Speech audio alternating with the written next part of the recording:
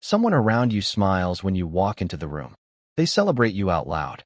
They say all the right things. But deep down, they don't want you to win. And the scary part? You probably call them a friend.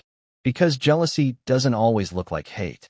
It looks like support with tension, like jokes with an edge, like concern that quietly drains your confidence. Today, I'm not here to make you suspicious of everyone. I'm here to expose 3 questions that reveal silent jealousy. Questions that sound innocent, but leave you feeling smaller every time they're asked. Once you hear them clearly, you'll never hear them the same way again. Let's get into it. Question 1.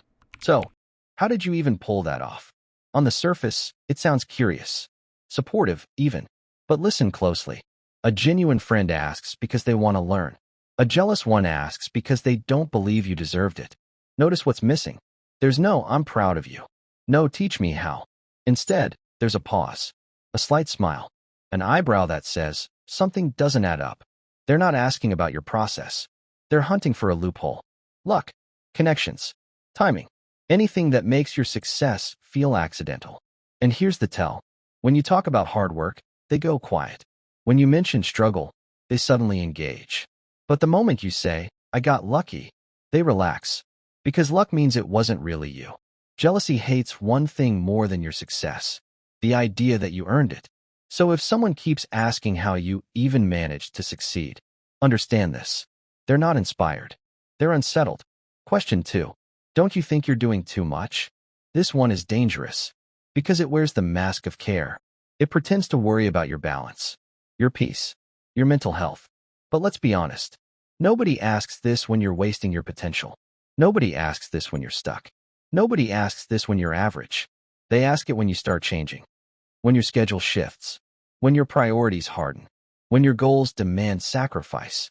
Suddenly, you're doing too much. What they're really saying is, "You're doing more than me, and I don't like how it feels." They miss the old you, not because you were happier, but because you were familiar.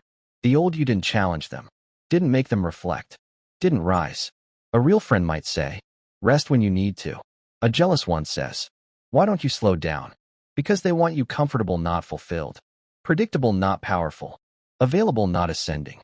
And that discomfort? That's not your responsibility. Question 3. Why are you acting different? This is the guilt question, and it cuts the deepest. Because it makes you question yourself, your growth, your identity. But let me translate it for you. They're not asking why you changed. They're asking why you no longer fit the role they gave you. Growth feels like betrayal to people who benefited from your limits. When you stop over-explaining, when you stop being available on demand, when you stop tolerating nonsense. They don't call it growth. They call it attitude. But you're not acting different. You're acting aligned. You cannot upgrade your life and keep the same dynamics. Someone always loses access. Someone always feels exposed. Someone always feels left behind. So they ask this question hoping you'll apologize, hoping you'll shrink back, hoping you'll reassure them that you're still beneath them. Because if you've changed, they have to face the fact that they didn't. Bonus question, the projection. Are you sure people aren't jealous of you? This one usually comes from someone who is. Insecurity projects. Envy redirects. Threats get externalized. They warn you about fake people, while secretly resenting your growth. They joke about your success being temporary. They minimize your wins to protect their ego. And years later, you realize who subtly discouraged you while pretending to support you. They weren't trying to destroy you. They were trying to protect their self-image. That's what makes it dangerous. So what do? You don't confront. You don't accuse. You don't explain. You observe. You notice who celebrates loudly and who tolerates quietly. You notice who asks questions to learn and who asks questions to cope. Because jealousy isn't loud.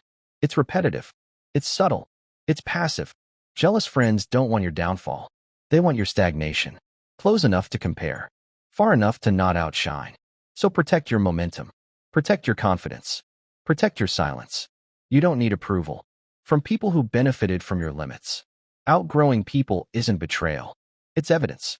Evidence that something in you decided to live. And if this made you uncomfortable, good. That's not paranoia. That's clarity.